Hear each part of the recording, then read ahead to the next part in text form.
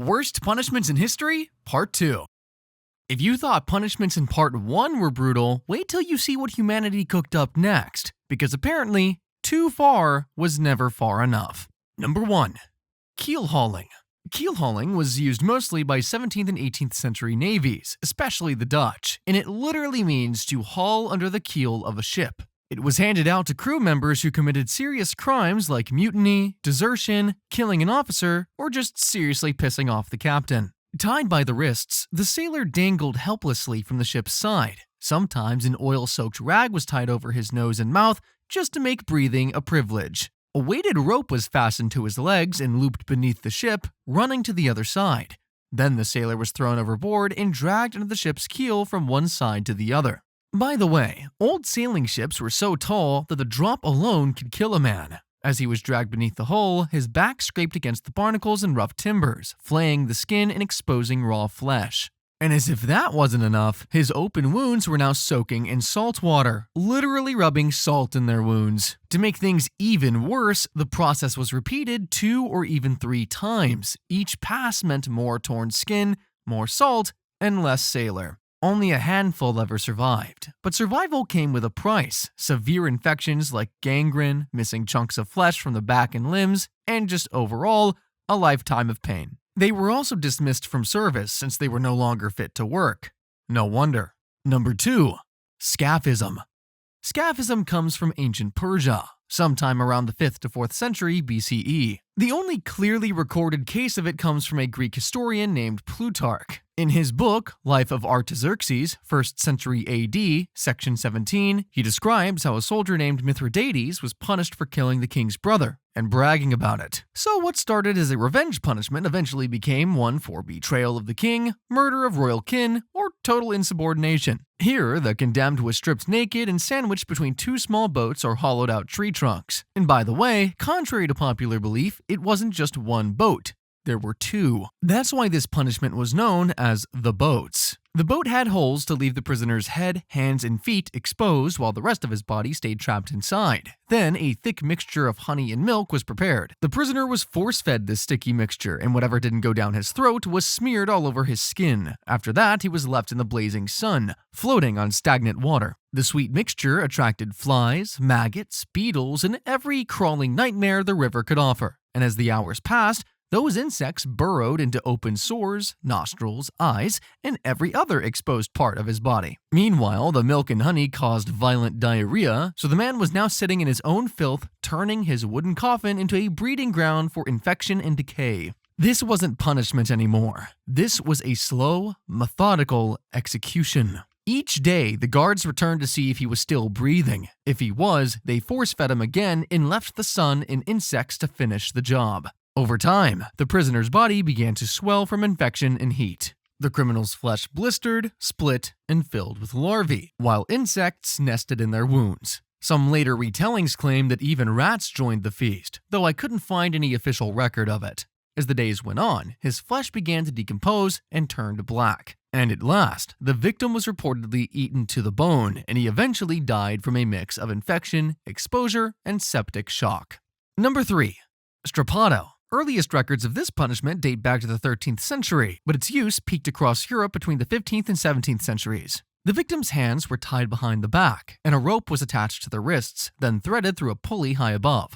Then they were hoisted upward until they hung by their arms, bent backwards. The unnatural angle and pressure made the shoulders snap out of their sockets within seconds. Sometimes, heavy stones weighing anywhere from 100 to 250 pounds were tied to their feet to increase the pain. In other instances, the victim was suddenly dropped halfway, dislocating everything that wasn't already broken. Survivors were left permanently crippled, unable to raise their arms or even dress themselves.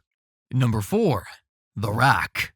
Sometimes attributed to Greece or Rome, the rack was mostly used across Europe between the 15th and 17th centuries. This was the go-to punishment for crimes like treason, heresy, and political dissent. And each country in Europe had its own unique version. England and some parts of Europe had what I call the standard rack, It was a large wooden frame with rollers at each end. The prisoner's hands and feet were tied with ropes, which were gradually tightened using a crank or lever. The victim would then be stretched slowly, and what starts as mild discomfort escalates to excruciating pain. Joints are dislocated, ligaments are torn, bones are shattered, and ability to breathe is crushed under the strain.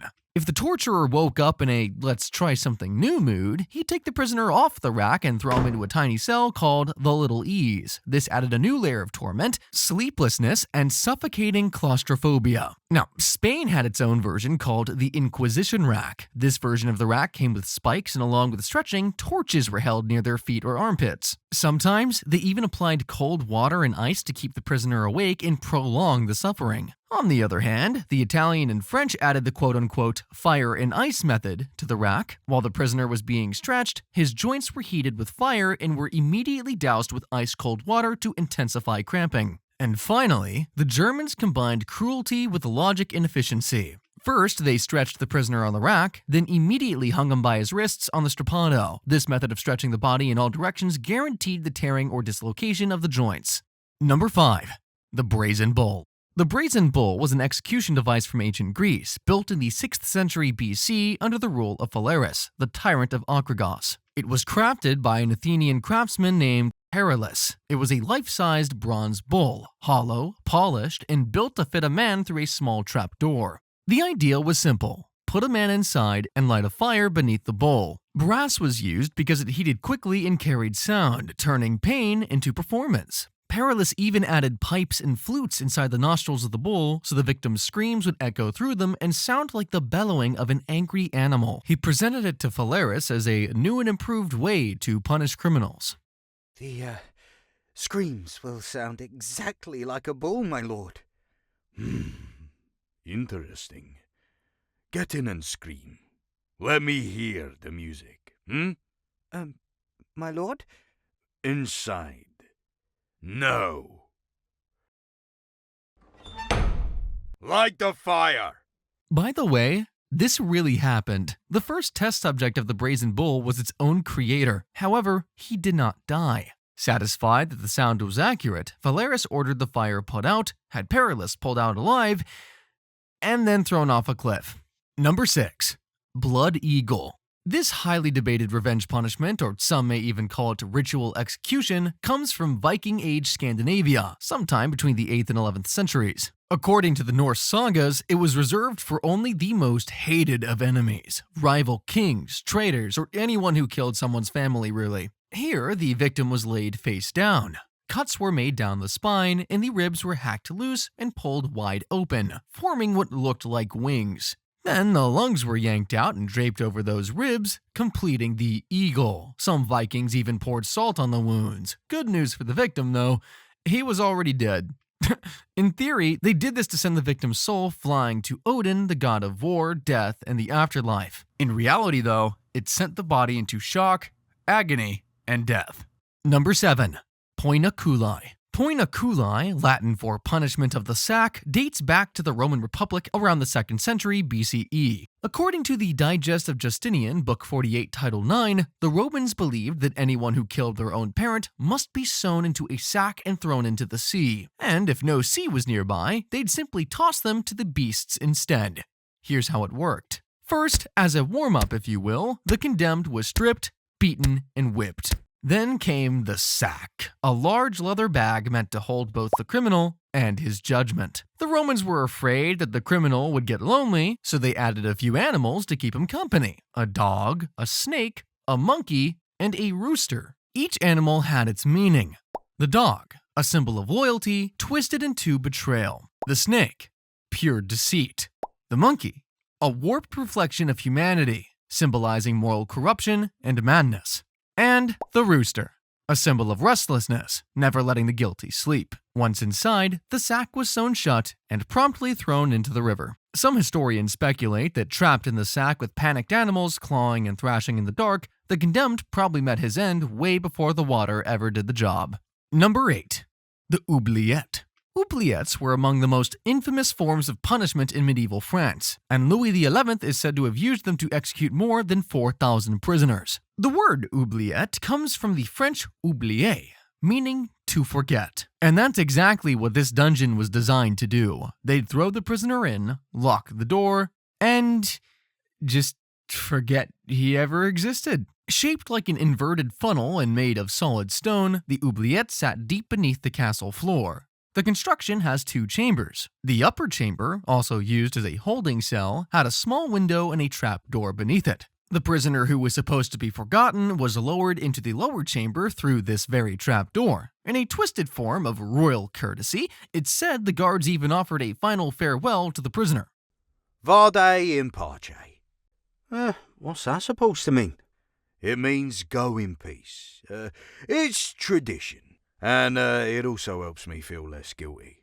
Once the prisoner was dropped or lowered into the Oubliette, the trapdoor was sealed shut. There was no sanitation, and some oubliettes even doubled as waste pits beneath castles. Prisoners were left to suffocate, dehydrate, and starve to death in complete isolation. But wait, there's more. Some oubliettes even had a narrow pit at the bottom, like a vertical shaft that dropped even deeper into darkness. The prisoner, trapped in total darkness, lived in constant terror, unable to sleep, afraid of slipping into that hole and dying an even slower, more horrifying death. Even the guards weren't safe in the Oubliette. The air inside grew so rotten that opening the trapdoor could drop a man faster than the fall itself. And that wraps up part 2. Another chapter in humanity's long, painful imagination. Comment below which punishment you'd like to see in the next one, or any other topic you're curious about. Thanks for watching, and hit subscribe for more weird stuff like this. See you in the next one.